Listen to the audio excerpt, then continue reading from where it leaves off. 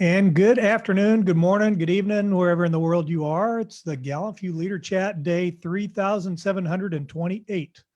Cue the music from Groundhog Day.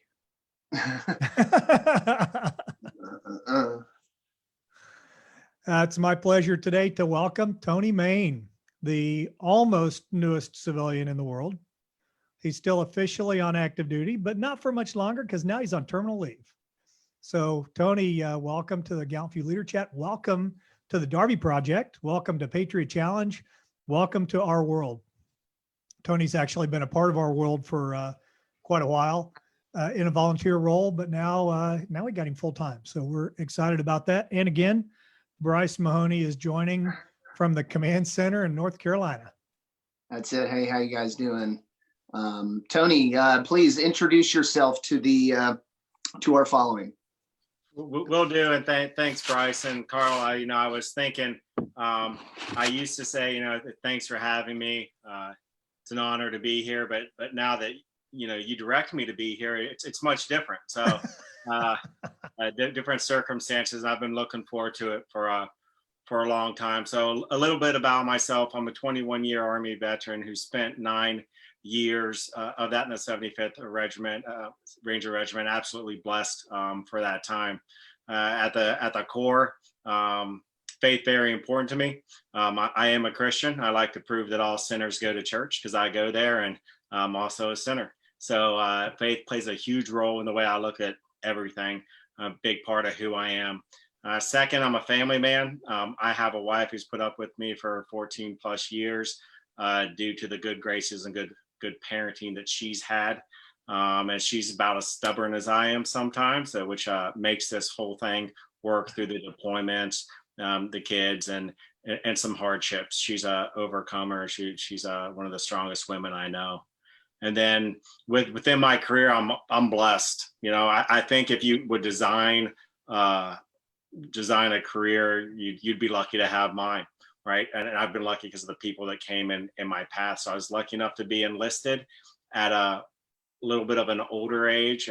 Came in 22, and I was really able to, I think, maybe conceptualize what was going on because I was a little bit older in terms of waiting on the back of a tarmac or back of a plane side ramp issue. I kind of got why it took 3 hours and you had to be there that long before you could get on the plane. I kind of understood that fuel's expensive and that other Army or Air Force folks are kind of putting that kind of stuff out there.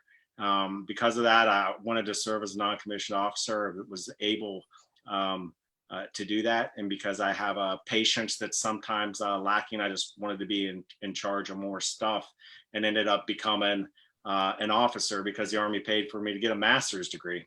So I've been blessed throughout my journey to be able to take advantage of some opportunities, but have people set in my path that allowed me to do that. And then personally, I love sports. Sports are a huge part of who I am. Sports ball.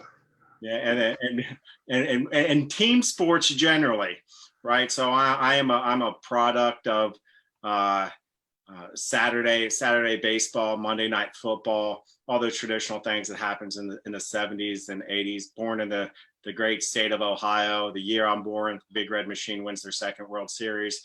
Within my first 12 years of being a Bengals fan, they go to the Super Bowl twice. Haven't been close since, unless they got tickets somehow to go to a game.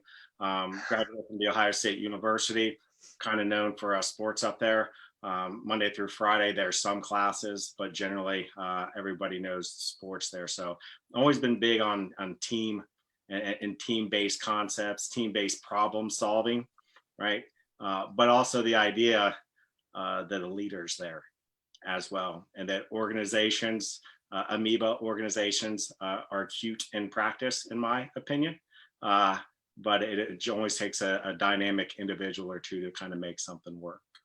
That's right. And you know what? One of the biggest things that I'm excited for you being involved with us even more is this knowledge that you bring from being a part of your alumni associations in college. And I think you and Karl have talked at this at length on how the military can really mirror how college alumni programs work in how their retention and their commitment once you leave, and really creating that draw to stay a part of the alumni crowd within the military.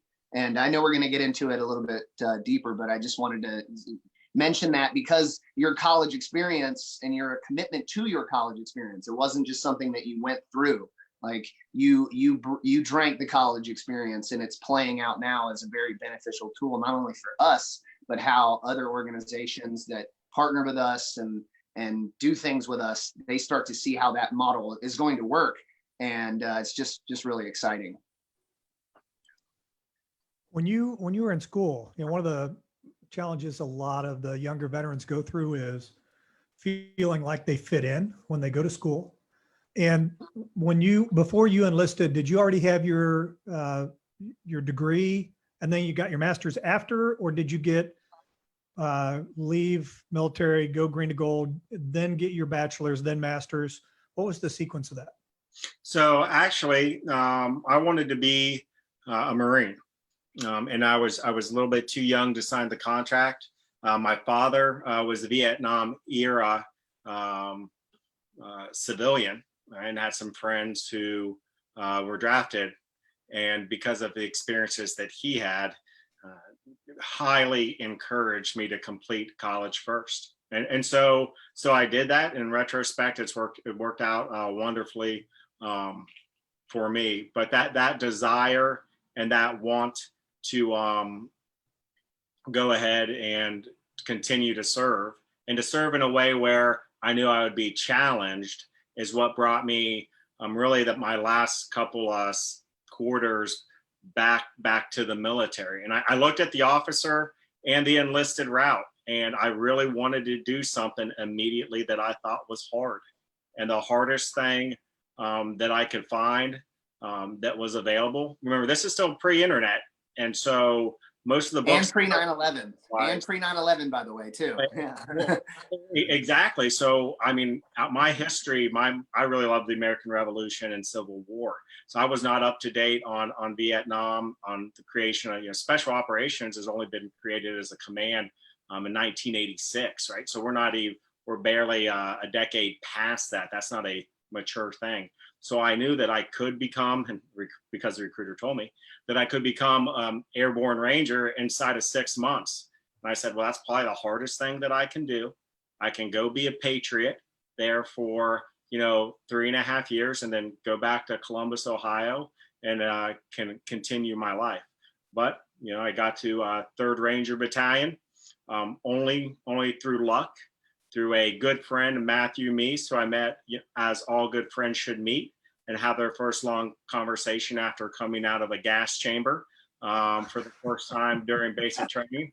Found out that he was a college boy too. He actually left the University of Texas with 1 semester left because he wanted to do some cool missions, which he would later do some cool missions. He wanted to show people that you didn't fully need that degree to be successful in business.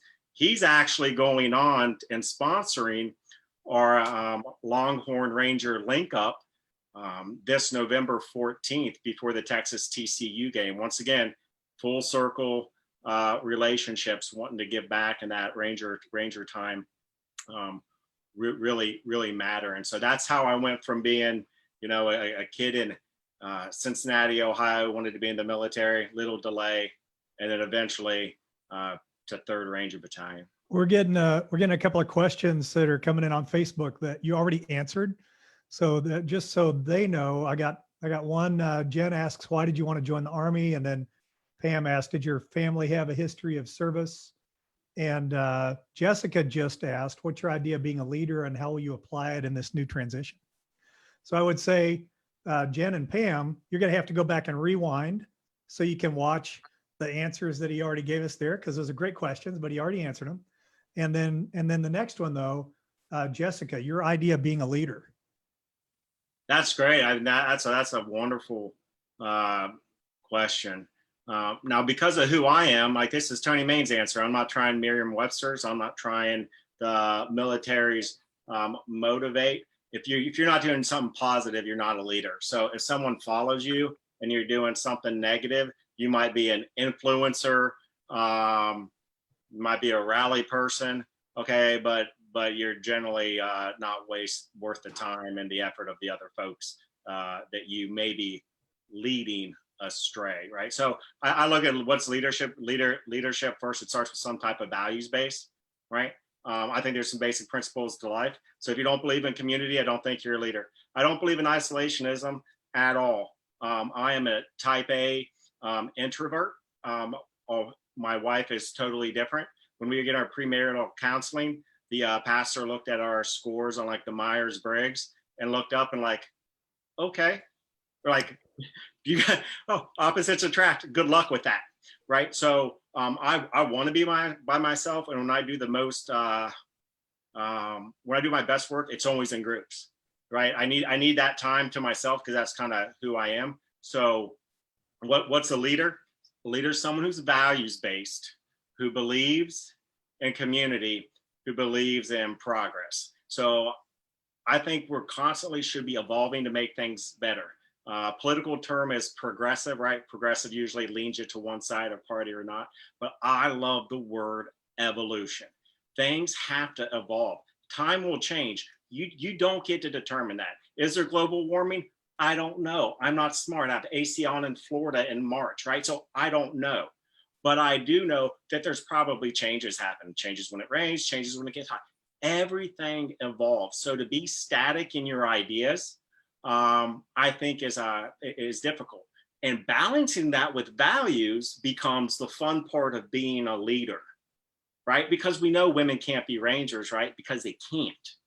Because women belong in the home, right? Because that's what they belong. Is that a value? No. The value is national defense. The value is defeating the enemy. The value is preserving the homeland. Everything else is how. And if you're not looking at evolving that, you're probably not looking at getting any better. And you're going to miss opportunities. Right. And so I got that. I bring up that whole Ranger, male, female. It's like, I want the best Americans, right? If I'm in a firefight, I want the best, right? And that matters how we look at that. I was in the Ranger Regiment at a time when the first the studies started for women in all services, and then the integration as well. And so you're trying to communicate to some people that have some pretty all people of all backgrounds who have some ideas. And how do you message what we're really getting at, right? Is this a political thing? Some people would say it was. Is it a values-based thing? You know, General Votel, a former Ranger, I think he said it best, and it's where I got. Hey, this is an evolution. It's where we're at, and how are we going to dominate it? Kind of interesting. So what's a leader? Leader is someone who's values-based, who looks at to evolve and will affect their community. How that happens, those are the effects. But I think a leader kind of those three things. So now, go ahead, Karl. Well, there's another Facebook question, but Bryce, go ahead. Yeah. So Tony, you are at the end of a 21-year military career, and it's safe to say that a lot of your peers are looking towards corporate. They're looking towards that next level C-suite or something like that. And here you've chosen to spearhead the Darby Project in a direction and forward movement, unprecedented to what we've seen in its history. Why are you choosing to go this route? Why are you choosing to use your time after the military to do this instead of chase, corporate or sales, or what most people do after they retire from the military in our field, in our community, Well, I would say, what's really interesting, I say that I look at everything in terms of a business model. Business models, when you look at any problem in terms of a business model, a business that fails dies. What a great way to look at or to at least have a little bit of accountability. Hold your feet to your fire. So I look at everything in terms of a business model. And because of my faith, and many folks like me will tell you, if you ever want the best corporate business leader, that's Jesus Christ. Take a man with nothing who convinced the world of hope and purpose and direction.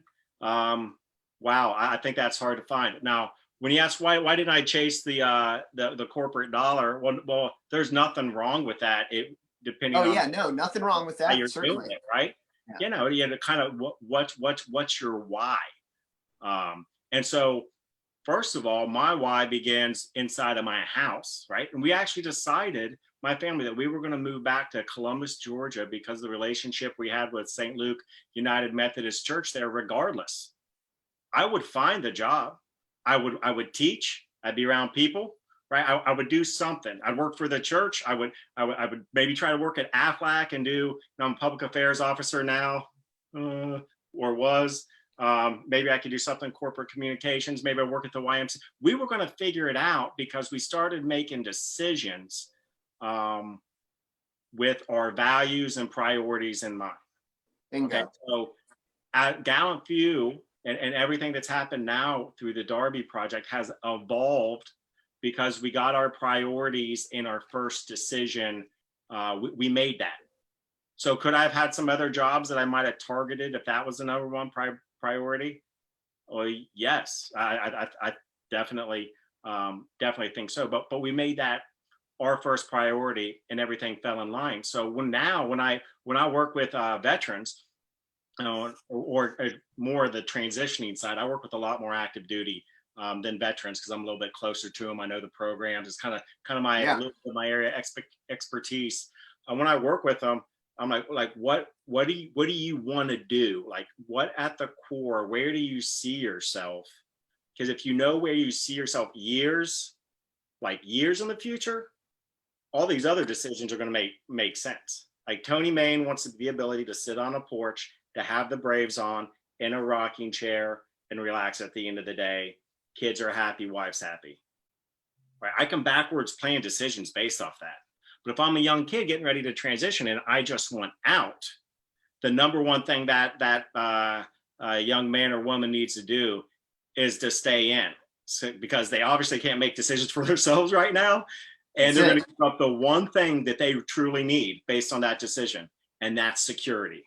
And they're going to give up one thing they truly need, kind of because of it. So that was long-winded, but I love talking. I love talking transition. I love what you said about the vision of, your long-term vision, sitting on the porch watching the Braves, and that. And I have used it. I think every time we've done this call, Bryce has heard me do the Yogi Berra quote. You could probably say it by now, right? Yeah. If you don't know where you're going, know where you're going, someplace else. That's right. If you don't know where you're going, you'll end up somewhere else. And that's classic, right? I had a conversation with a veteran on the phone earlier today that he's ended up somewhere else because he didn't know where he was going, and now he's not happy where he is. So now it's time to identify, okay, so now where is it that you want to be? And now you can start charting your path to that. And that's other people, piece that's missing. Yeah, other people have kind of seen this in play too. Sergeant Major Mike Hall, we've had this discussion, and Tony, it's going back to something you said about moving to Columbus because of St. Luke's, because of the community, because of the people you wanted to be. It wasn't, I've got this job and it's in Columbus, Georgia. It was, we're going to get to Columbus, Georgia, and I'm going to figure out whatever I need to do for us to survive. And Sergeant Major Hall talks about it all the time. I have found that people, when they live where they want to be, where it meets their values, their interests, and the people that they want to be around, they will be greeters at Walmart. They don't care, because they're where their community is, they're where their sport, they're where their faith is. And that's so important. And it's also, I think, important as Tony, as you start to talk to active duty guys, it's something that I learned from Jim Lorraine from America's Warrior Partnership. He has this great priorities list where, it's like a 1 through 8 sheet where, what's your priority, Ranger? Is your number one priority making money? Well, this guy right here ain't the one to talk to about it, but this person is that, he's a CEO, and it's that delicate balance of, hey, you should stay in, but what are your priorities? What is that porch vision of yours in the future? We want to connect you with somebody that had that same vision, and that they can tell you how they backwards plan through it. And I think that's what's so great about kind of the three of us in our touch points of time in the military, you being the freshest and having the best eyes upon it. And then the cycles that we have seen through the transition process as well. You know, we're getting deeper and deeper into a military service member's career, which is where we need to be having these conversations. And I think it's great. It's all left of the boom, right? Right. Boom. It's, you know, you treat somebody once they have the coronavirus, that's bad. You social distance, that's good. You take preventative measures. And so one thing that I've kind of learned, and I'd encourage anyone who's kind of listening, if you do any type of nonprofit work, or if you do anything with veterans, where you work, and this is the hardest part, is to know what the Department of Defense and Veterans Affairs provides is 100% absolutely key. All right. There's a limited amount of time and treasure when you're trying to help someone. And the United States government owns a big portion of that. Okay. So knowing what programs are out there to be able to feed in and to be able to provide advocacy. So we really don't need a Hollywood actor, right, who has a great platform to give money to show up at a boutique type event, right? Now that's nice for the person he's there or she is there for, but to be an advocate because they know why there's a gap in what's provided, right, or is not provided. Like, you can provide someone, you know, that you know, great wheelchair, and that's awesome. But the question we have to ask is, why didn't they have it anyway? Whose job is it to provide it? And you start backwards engineering some of that stuff, and all of a sudden now your priorities of how you should be working kind of becomes a little bit different. So I don't know. I could go on all day on that subject, but I thought you had one, Karl, that someone had queued in from. Yeah, I think Bryce picked up and kind of ran with it. He said the same thing, but kind of in a different way. We got Patriot Challenge wants to know why you changed their name from Run Ranger Run, but we'll come back to that one later. So Patriot Challenge is on here asking that question. Well, that's fair. I like the tough love. Yeah, but we'll come back to that one, right? Because I think it'd be a good idea. First, I want the reason why that initially that kind of attracted you into the organization was Darby Project and what we're doing with Darby Project, and you got to see it from the inside. Now you get to be in charge of Darby Project. You want to talk a little about what you see, where you hope that goes, what has it had an impact on you as you've gone through your own transition so far? And maybe talk about Darby Project for a minute. Well, I would love to talk about Darby Project. And if for any Rangers on there, Darby Project exists for you. And I will, to go back on the point when I was speaking with Bryce, I do everything in my power to ensure that we are reinforcing the Army Soldier for Life program and now the Regiment's Ranger for Life program. In 2014, as the Army decided it needed to downsize coming off kind of the escalated deployments in both Afghanistan and Iraq at the same time, right? And those had dwindled down. They took a much more scrutinized look at medical. And my hearing loss went from being a waiver, a piece of paper that made it into my medical records and or the trash, into an automatic med board that almost had me removed from service. So I went from being someone who was doing pretty well as a Army infantry officer in the regiment to someone who, through the grace of Colonel Christopher Vanek, and at that time Major Blake Lackey, had a need for a public affairs officer, and they said they could keep me in Ranger Regiment for 3 more years. And my wife heard we could be at St. Luke for 3 more years, and on down the line. And so as a public affairs officer, I had to start, I was kind of work a lot with, I think it's called the public, and part of the public are generally not-for-profits. And that's how I met Karl and Grant McGarry, who was the first director of the Darby Project. And I started to realize, well, there's some people we need to find a way to legally, morally, and ethically, right? The litmus test for an Army leader, to utilize these programs and to get these to the guys, right? So I found out that the Army Soldier for Life existed, right? And Army Soldier for Life they had a way to talk to benevolent organizations, right? And then I'm in Special Operations Command, and the CARE Coalition had a way to talk to benevolent organizations. Sorry about that. Should have turned the ringer off my phone there. Don't know if y'all heard that, but so then I'm like, oh, this is great. So I learned to always go to the what we call the RJAG, because in Ranger Regiment you put an R in front of everything. You'll go to the R train if you need to go to the R train or the R water fountain. So we should have called it the Arby Project. Yeah, there. I know it's like we should be pirates. So I kind of learned and I picked up to do things ethically, morally, and that there was a way. So for a couple of years, we kind of toured around with this Ranger for Life project. I eventually would leave.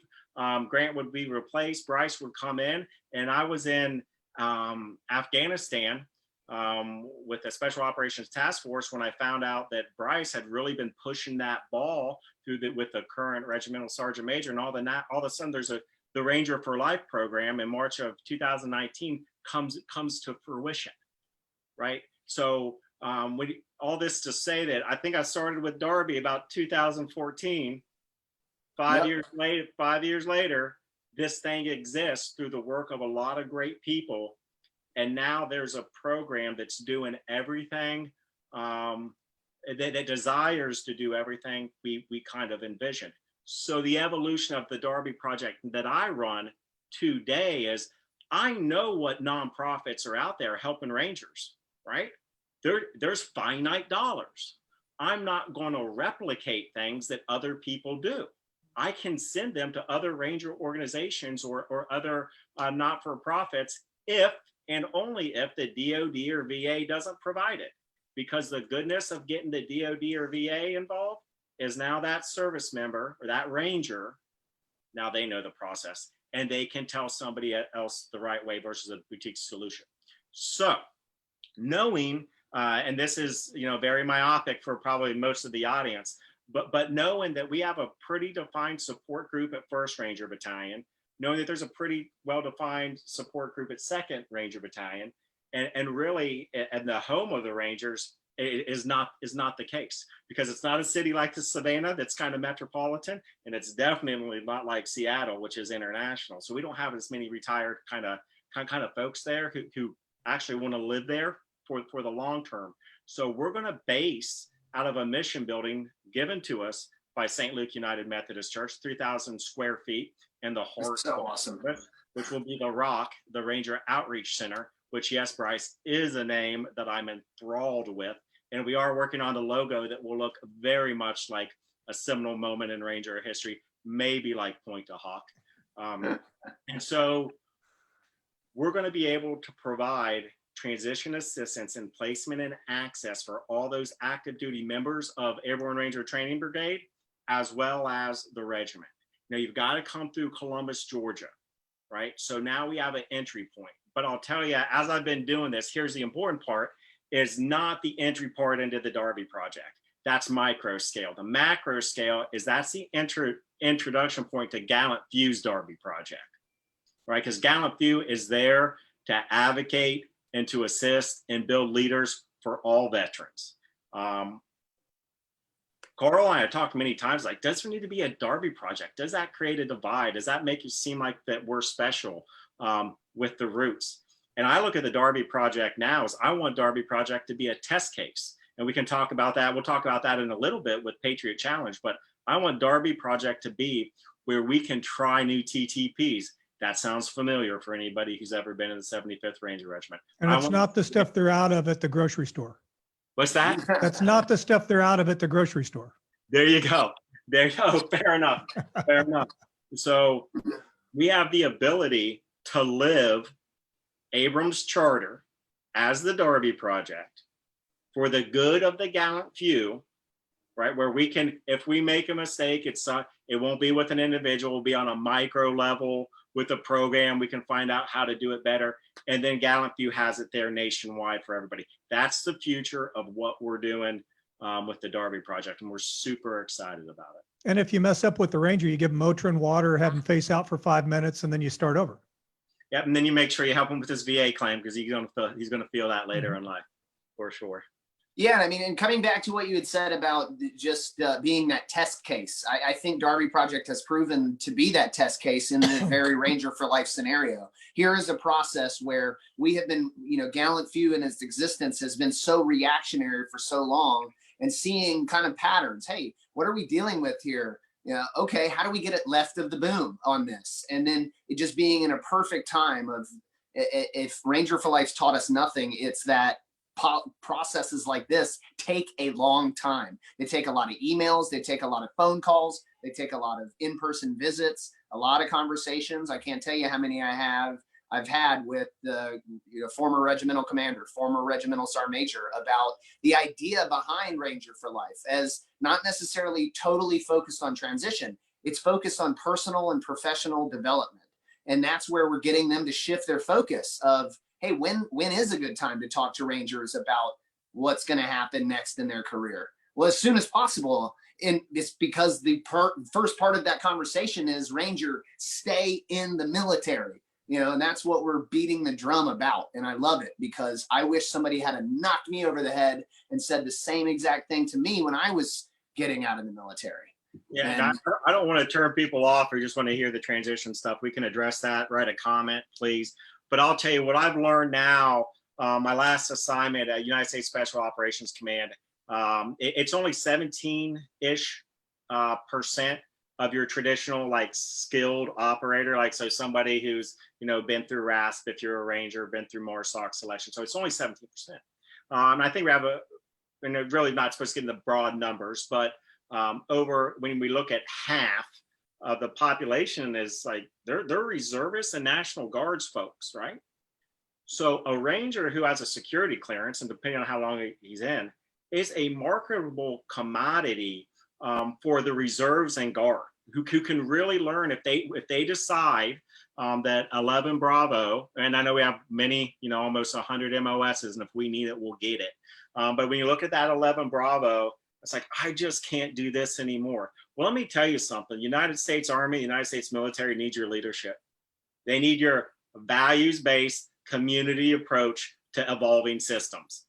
Those three things that are leading. That's what your Army needs. And I'll tell you, there are ways. So now when I counsel folks, tell me why you don't want to use your security clearance, or tell me what your primary plan is, because I can build you your contingency and tertiary plans if you make a decision to maybe you do an MOS change or whatnot, and you'll be provided a level of security that I don't know truly if it exists in the civilian world. So not everybody wants to do it, and that's fine. But that's talk about a lesson learned over time.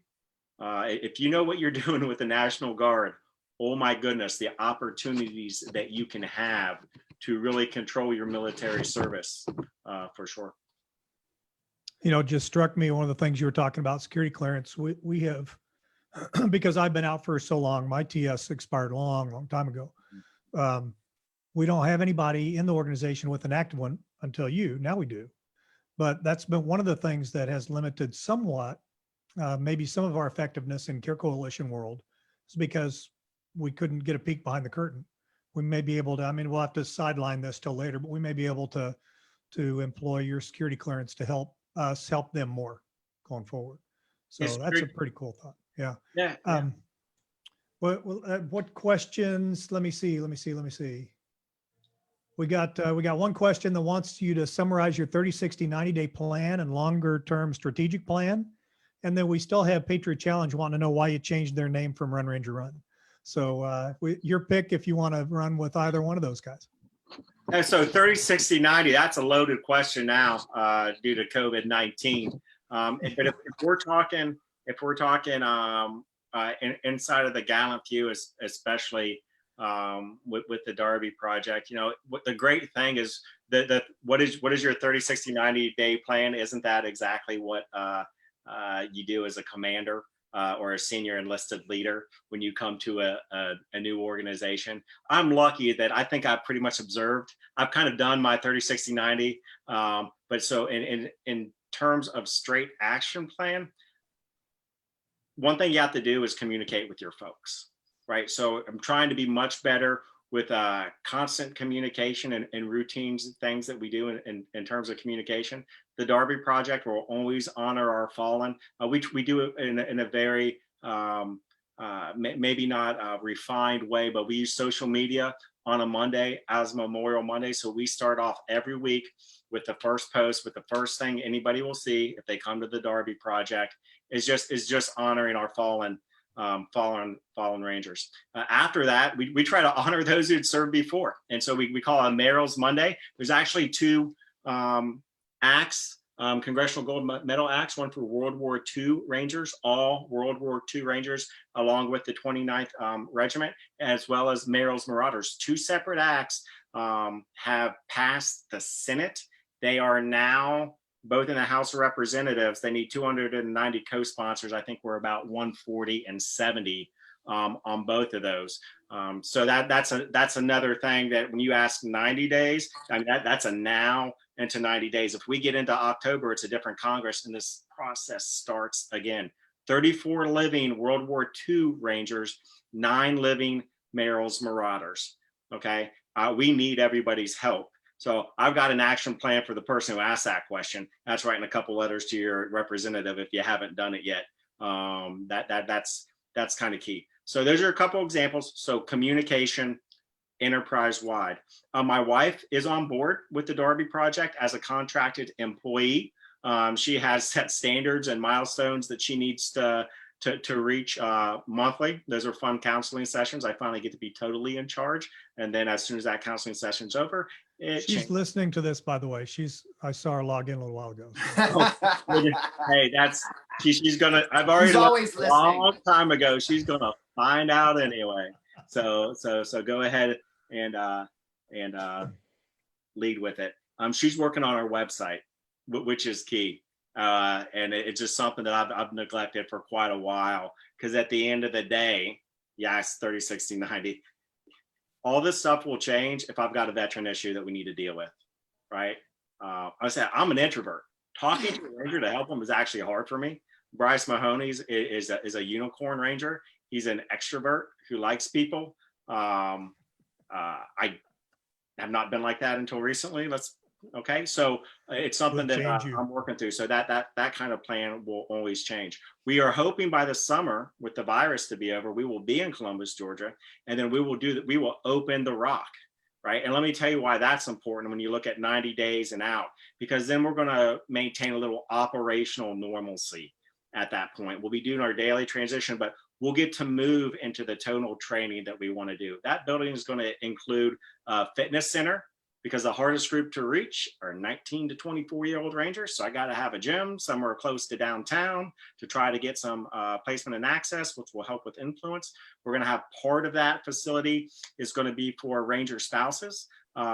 It's for entrepreneurs where they can run their businesses with a fixed address and get mentorship through our folks in the downtown area as well. And then adding training for our guide process, which allows veterans, or we'll finally have a place where we can kind of do some VTC or Zoom chats like this to actually train some folks who said forever that they want to help. I cannot tell you, if there's a gap in a place that I've failed, if you're listening and you know this is true, if you said you wanted to help me, I'd never ask for help. And I never ask for help because I'm too busy trying to help others and just keep things running. I think to be able to sit back now and try to develop that volunteer network will have the best benefit for other human beings, which is why we do this, right? I want to jump on that for the real quick, what you were just talking about, because from the beginning, we have asked veterans to volunteer to help guide and mentor other veterans. And we get so many of them, we end up focusing on a smaller percentage. It's almost like the 80-20 rule, where 80% in this case are doing okay. Then there's 20% that are really, really, really struggling. And so we'll reach into the 80% to grab some to help that 20%, but we're not bringing all these 80% to help the 20%. So there's a lot of people that have said, choose me, send me, let me volunteer. And we've said, just sit over there and wait. When the time is right, when the person is right, we'll reach out and grab you. So we've got people that probably 3, 4, 5 years have not been asked to do anything other than participate in Run Ranger Run or an event that might be happening near them. What I'm really excited about is the RAC comes together is the opportunity, like you said, to provide that training so that they're not waiting for us to tell them what to do. So we can provide them with a base of information or, I've been doing this for so long now, it's really natural for me to have that conversation with somebody that's struggling through something. It's not something that you just want to go, oh, hey, here's somebody with an issue, go take care of them, when you don't have any training or background or any idea what to do with that. So putting that in place is going to pay off big dividends going forward. And that plays into our philosophy about it's not all about us, right? Helping veterans is not a competition. Everybody's got to work together. And if we can motivate somebody in Chicago or Seattle or LA or Timbuktu to be able to start helping other veterans in their area, then we want to support and foster that just as much as possible. We don't say, oh, no, we have to do that. Wrong. There's not enough of us to be able to provide the support to all the need that's out there. So leveraging that, training other people who can then go out and train and grow other people, that's a huge part of the vision. And I'm excited about the direction you're taking it already. And, just to piggyback on that, I want to go back to something you said, Tony, about that you are an introvert and this is difficult, like connecting with Ranger veterans, connecting even with active duty Rangers is difficult for you. And you seem to, you're jumping on it. You're like, this is what I have to do. And I feel like in our quest to get people involved with helping other veterans, Rangers helping other Rangers, I know that there are tons of Rangers out there that want to help. But I think in their brains, their first question is like, what can I absolutely do?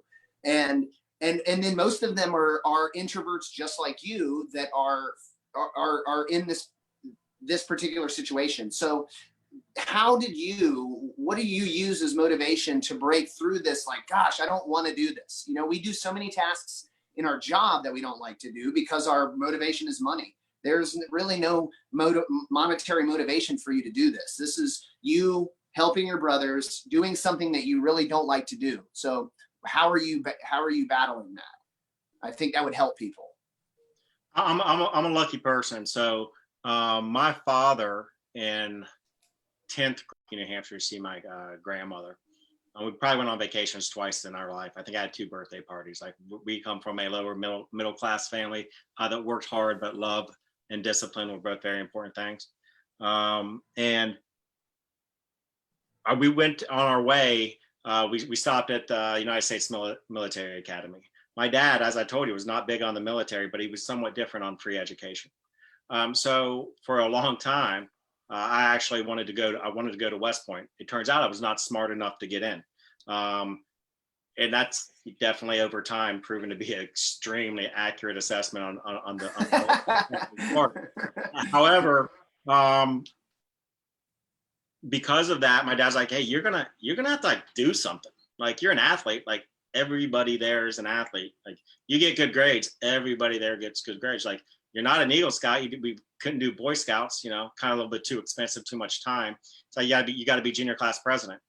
So I said, okay, right? Like, there was a goal and a vision that got me to be like, oh. Now at that time, I just want to be a leader for myself. I really didn't care about leading the junior class. I think we set charge of like putting on the prom, which I didn't care about because I didn't go. Believe it or not, I wasn't cool. I know, amazing, hard to believe. But that was a huge breakthrough for me.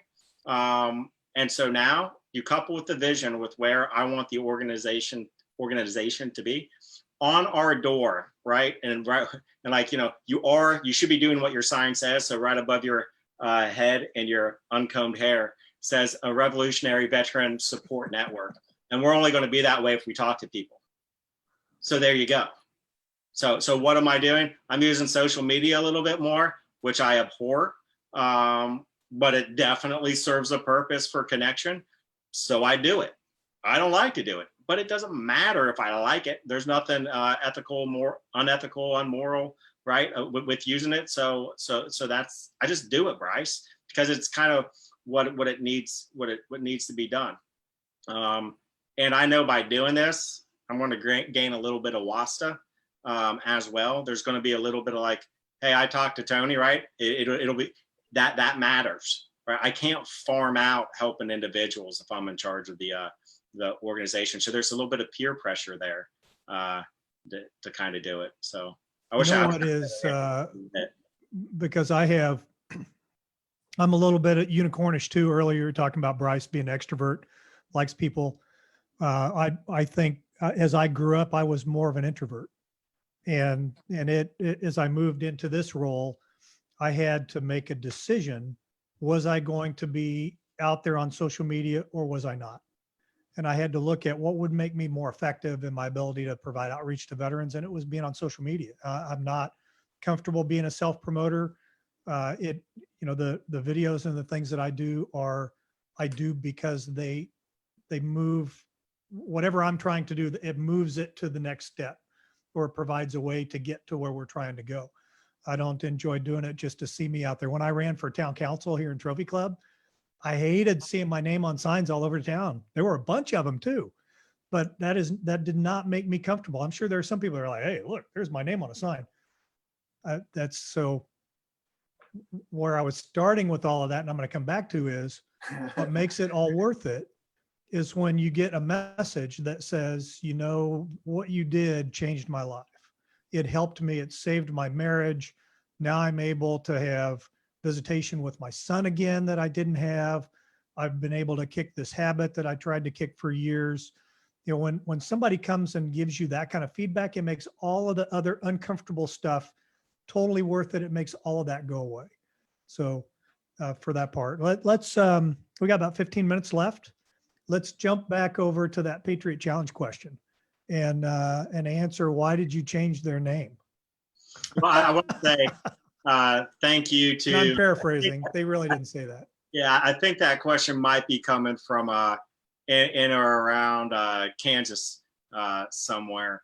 And so much like JB, who's the graphic designer who put together a fantastic logo and has done great work for Run Ranger Run, I think the Irwin family is responsible for that one. I want to thank them for all that they do. So why would a successful event that's attracting nearly 4,000 people, raising routinely over $300,000, peaking to over $400,000 change? It's because it's not big enough. We don't help enough people. That's why. What is the vision of, the question is about Run Ranger Run. The question is, what's the vision of the GallantFew fundraiser? What's the mission of that fundraiser, the advocacy, the fitness? What's the vision? The vision is most and best. It's the most people participating, right? It's try to run to communicate it the best to our participants. And so we raise the most funds because after all, 2019, we did get certified with the Platinum Seal of Transparency by GuideStar. We'll put our financials up against anybody. The more money they have, the more we're going to do. We're going to raise more effing money, period. Right? So if I have to explain what Run Ranger Run is, and I was telling a few people, there's 3 words in there. 2 of the words are the same that no one likes to do for the most part, right? It turns a lot of Americans off. And then one of the words, the key words where we find a lot of pride, obviously find pride, most people aren't, right? So most people don't like running a ton, the majority of Americans. And then as well as most people aren't Rangers. So how can we be a little bit more inclusive? So when the name was changed, I actually went to some marketing folks at Ohio State because I like research. I also like free research, and I was able to get both. All right. So the decision to change the name said, when I said our vision is what do we need to do to get and to be able to communicate so that every American, veteran, civilian, regardless of background, race, color, creed, if they wanted to do something to support their military, how could they get involved? So overwhelmingly, you might want to use the colors of the national flag because no matter your loyalty, red, white, and blue kind of goes good with everything, right? And then what can everybody be? Everybody can be a patriot, right? I think you go back to the American Revolution. A lot of people that were not in conscripted, were not in a military service. And what do we call those folks? We call those folks patriots. So what can every American be, to, regardless of your background, political affiliation? You can be a patriot, right? And then how do we also, and this is where the Patriot Challenge is much different than Run Ranger Run. This is where the leadership of GallantFew allowed the Darby Project to be a test kitchen. With Run Ranger Run last year, I went to a certain amount of teams, said, after you raise $1,000, I'm gonna give you all the rest of it back for your approved Ranger support programs. Okay, we had astronomical participation and astronomical fundraising. But what else went into that? So we got what we wanted, right? From a straight business model standpoint. Okay, we got increased participation, which means we got increased physical fitness. We got increased communication, right? Working to a common objective. And what we didn't even think, which would evolve to what we're doing for Patriot Challenge, is how can we make that nationwide? I was looking for a way to bring the Ranger community together to raise money for the Darby Project, make sure the rock is legit and not rocky in terms of desert and not nice and not up to date. So what we're doing is like, well, why don't we offer this for everybody? Why don't we give people skin in the game? So for the Patriot Challenge, when teams of 10 or more register, right, they're going to have the opportunity, civilian or not, to take the Spartan Pledge, which is a foundational part of GallantFew. If you haven't seen it, please go to Spartan Pledge. Is it .org or .com? I'm sorry. It's actually descendantsofsparta.com. Okay, descendantsofsparta.com. I apologize. But you can get it on GallantFew.org. Go up to the top and you can find it. Exactly. And so, and I took that for the first time at a Vet Expo, which was a transformational part of coming into the GallantFew for myself. So now an American, just a register, or a veteran, like they'll register for the event, and we'll get that same 4,000 people. I have no doubt. I think we're going to do a lot better than that, because it's going to be a little bit more inclusive. And after they register, you're going to take the Spartan Pledge, civilian or not, where it is, the first time I read it, I thought it said Tony Main will not commit suicide. And then I listened, I opened my ears, I opened my brain, and it said, Tony Main's going to watch out for his community. That's what I did. And so now an American is registering. They're taking that pledge. If you're a veteran, they'll get to take our intake, which we call the STAR assessment with GallantFew. And then they're on a team with a common objective. If that team, after they raise $1,000, which when you look at 10 people equates to probably sending out like 4 or 5 emails for most Americans. We're going to give half of the money after 1,000 back, right? Skin in the game. So because I come from the running community, like I was a runner in high school. If you're a big baseball fan and can't hit a curveball, and you're probably not strong enough to be a wrestler, there's another sport for you. It's track and field and cross country. It's a step above chess in terms of athletic ability. I think bowling is now a sport in some schools, maybe above that, maybe not. But I've been around a lot of 5K races. Do a 5K race. Have the medical support there. Hire your first responders and police. Get the volunteers. Run your shirts. Do your fulfillment. Do your chip timing. Right. Do all that for your 5K and tell me how the Patriot Challenge can't be a better fundraiser for you. It's virtual, liability down, and it's just an easier way to connect, right? It's an online platform. We already talked about why social media is important, because you can connect so much easier. So what we envision is, I envision a Boy Scout wants to be an Eagle Scout and is going to do a project for his community. And I want him to see the Patriot Challenge as an opportunity to raise funds with his community for now this park. Maybe it'll be named after a local fallen hero. Maybe it'll be named after a Medal of Honor recipient. Maybe it'll be more of just a memorial for Korean War veterans. I don't know, but that's the potential. If I'm a VFW post and I want to go ahead and fix my lodge to kind of create a better sense of community, then the Patriot Challenge is for them. So we are only limited now by our imagination. And for those corporate partners who have really allowed us to exist for all those years, this is an excellent opportunity. They already participate to add that corporate fitness, right? And for a big thing going on right now inside of the workforce are the employment readiness groups. Now they have a way, they already partner with us, and now they have the ability through us, we provide value back to them for our platform to raise funds for those extras that maybe they don't have the budget to do. Maybe Yeah, think about what happens in a company, right? The company doesn't want to give that ERG a bunch of money to do something.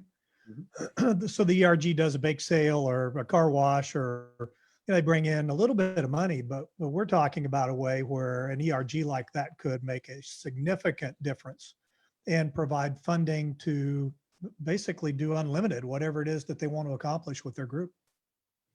100%. And I tell you, we will take that extra money and we're going to put it as Karl's in charge of the money. Anybody listening doesn't know. We will ensure that we will have more trained specialists to provide the one thing that GallantFew is known for. That's individual assistance, individual counseling at the right level with which we are appropriately trained. That's it.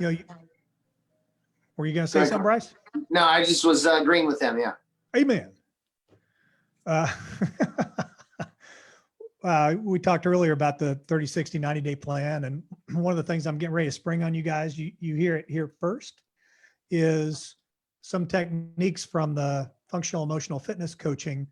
Since we can't all come together here in Dallas for our staff retreat, we're going to take some concepts from functional emotional fitness coaching into each one of our programs. And a for instance is, what's one thing that we absolutely must accomplish in the area of love with the organization? Now, to me, love is serving our veterans.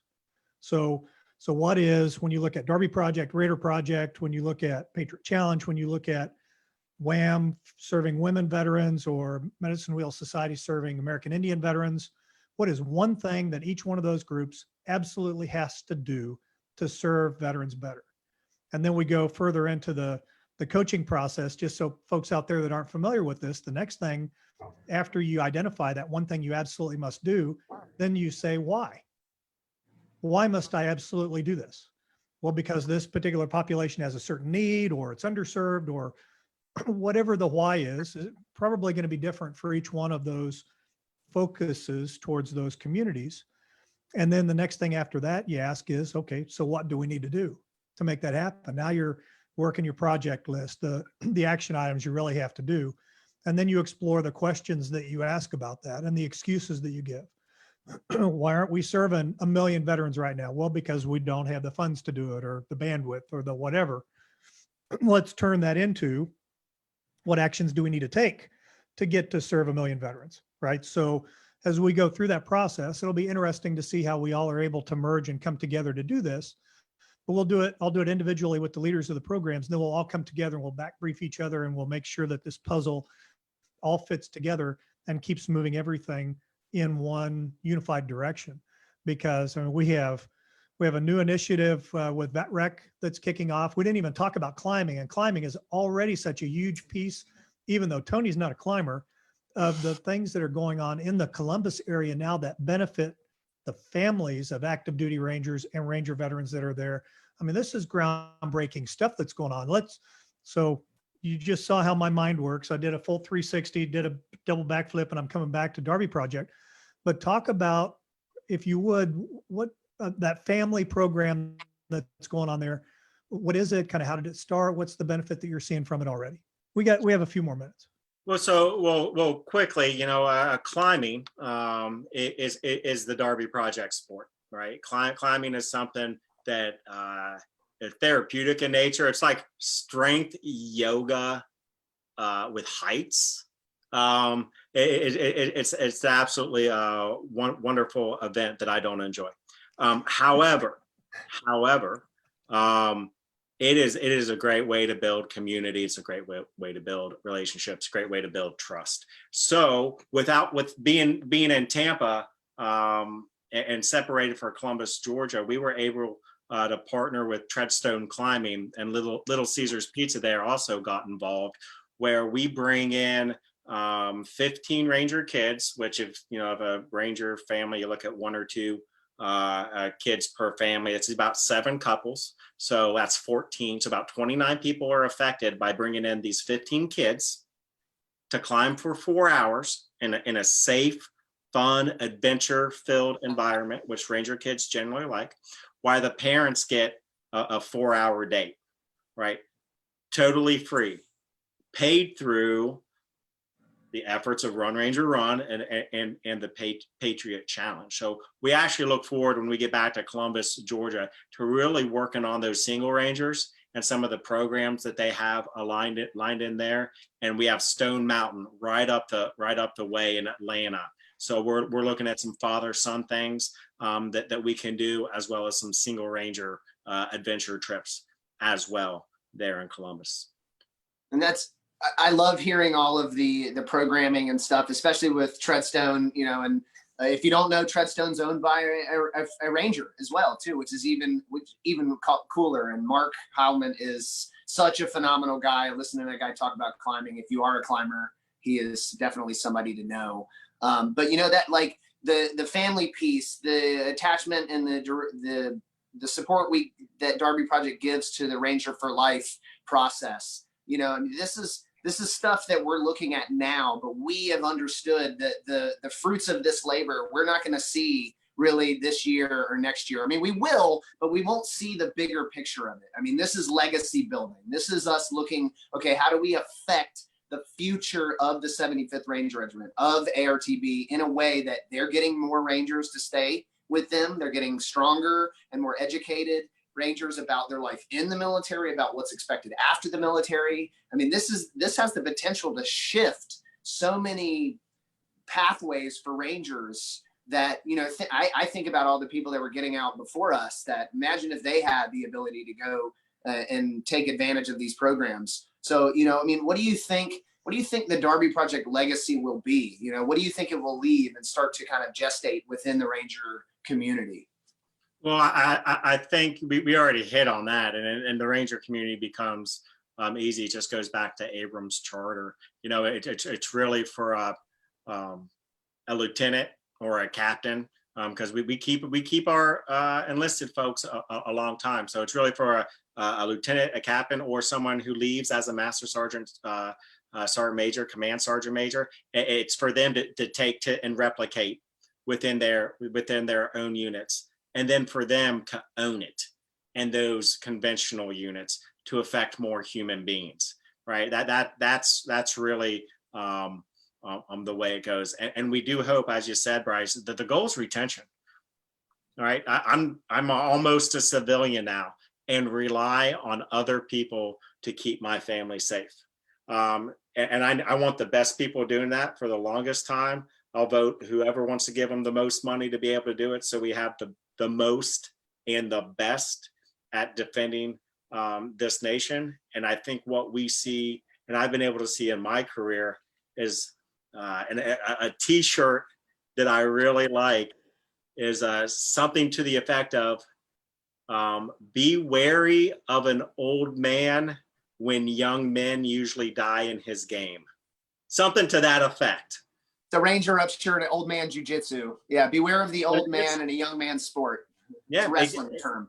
Exactly, right. And so I might have saw it modified, but we're making a huge investment in those folks, and we have to be able to keep those guys and girls in, and then be able to parcel them out to all different type of pursuits, should they want to continue that line of work, or should they want to change. But they're going to have to be in the right mindset to be able to do that. And if they're always thinking about it, if they're always thinking, I thought about transition every year, every day.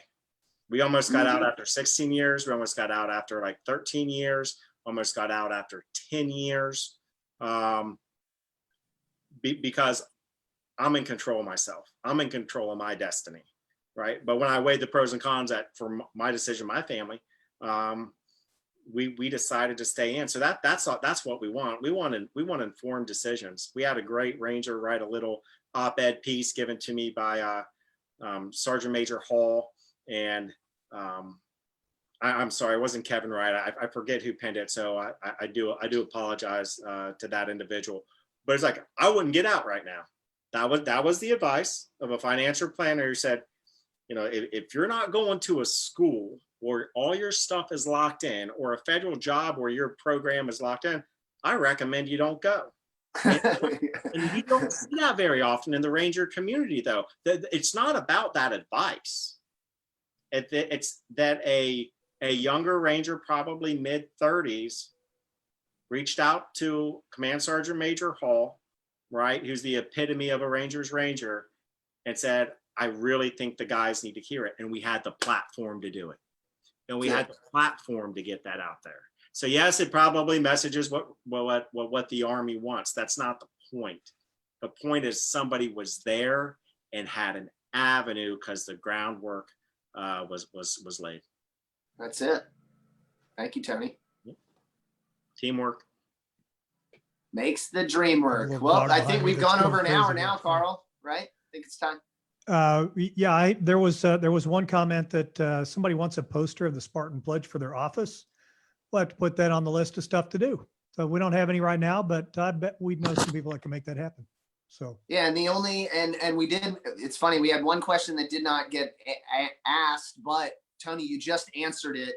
Somebody had talked about, how do you talk to an officer? What do you do? Or talk to somebody that's a few years away from retirement and just kind of doesn't have the motivation or the drive to continue with it. And I think you said it best, weigh the pros and cons, get outside perspective, get somebody that's going to give you an objective answer, based on reality versus emotion that you have, and I'll let you kind of add your spin on that if you want too. You're 100% correct. If anybody out there wants to get somebody in contact with somebody, it's Tony@DarbyProject.org.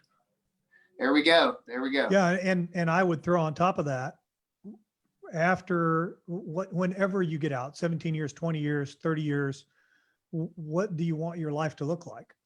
And if getting out 3 years short of 20 years is going to enable you to get the life that you want, then maybe that's a decision you want to make. But if you really don't know what you want, but you're just kind of burned out, it's probably not a good idea to make a snap decision and get out when you don't know what that next plan is, right? So stability and that buys you enough time to really be able to put something in place that will benefit you long-term. So I use this analogy a lot. I'll use it one more time here before we close out, but it's the pleasure pain thing, right? It's one of the tenets of the functional emotional fitness coaching, that if the pleasure of getting through that pain to achieve that pleasure is not greater than the pain it takes to get there, then you won't go through the pain. If there was no Ranger tab at the end of Ranger school, why would you go to Ranger school, right? So just to say you had this great training and you didn't eat for 2 months, no, you went because you want to have that black and gold tab on your shoulder. So when in your life, what's the Ranger tab at the end of whatever situation that you're in? Because if you don't have that, then it makes it very difficult to do the things now that might be tough in terms of decisions or actions or things that you need to do in order to get there. So people want to move away from pain and towards pleasure. Well, sometimes the only way that you achieve what you want to achieve is by going through pain. So mentally, how do you do that? Well, it's by making it worth it. And that's what a lot of people don't do. Tony just crossed his brows a little bit, like I didn't quite understand what you said. But if that picture of success doesn't exceed the pain it takes to get there, you're not going to go through the pain.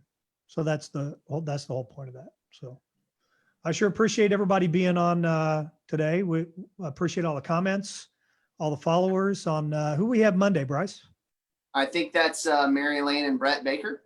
Outstanding. Monday? That will be outstanding. They just released a blog that I haven't completely read yet that looks like it's got some pretty good pointers for going through this time right now. And they also have built a tremendous business. There's opportunity out there for some folks that are trying to figure out how to work from home. They are filling the gaps. That's for sure. They absolutely are. Yep. If I could, Karl, before we kind of hang You up. have the last word, Tony. Well, there's probably a good number of Rangers just because of the nature of the folks here, and want to thank them for their service. And I'm going to go back. I think we're at Never Do Math in Public. This is 17th year anniversary of the invasion into Iraq. On this day, 17 years ago, at a checkpoint outside of Haditha Dam, we had 3 Rangers killed when what was thought to be a pregnant lady came up to the checkpoint to engage and speak with 3 Rangers. It turns out that the vehicle itself was actually laden with explosives, and that the male inside detonated himself, killing Captain Russell Ripito, killing Staff Sergeant Nino Avideus, and Specialist Ryan Long. Prior to that deployment, our last training exercise, I had the opportunity to go with Captain Ripito and a couple other NCOs from our platoon, went with his folks for a little cast training, call for fire training there in Eglin. And like most Rangers, we got there early enough so we could enjoy the pool for 2 hours, because for us that was screwing around on TDY. Then got our uniforms back on, and went to the night shoot. And he asked me, Captain Ripto asked me, "Hey, what are you gonna do?" I was like, "Well, I have this green to gold packet in, but I'm not gonna use it because I want to stay with my guys. I want to stay a Ranger. I don't want to be an officer. I see the BS you all go through. I don't know how to use PowerPoint, and at that time I did not know how to use PowerPoint." And he said, "Let me tell you something right now. You can love this place, all right, or you can love the Army." So this place is the Army. You will do a lot better and do a lot more to impact more human beings, and it will mean more to this nation if you leave the 75th Ranger Regiment. And that conversation is why I left. And Wow. I fought like hell for a decade to get back because conventional Army was full of challenges and great relationships. I'm glad that I had. But please keep those 3 in your prayers. Keep this is a Red Friday, so let's remember everyone. My red shirt on as well. So thank you so much, Karl, and God bless y'all. Thank you for the opportunity to serve. Thanks everybody that's been here. I'll go ahead and terminate the broadcast unless Bryce, you had anything else? No, I'm good.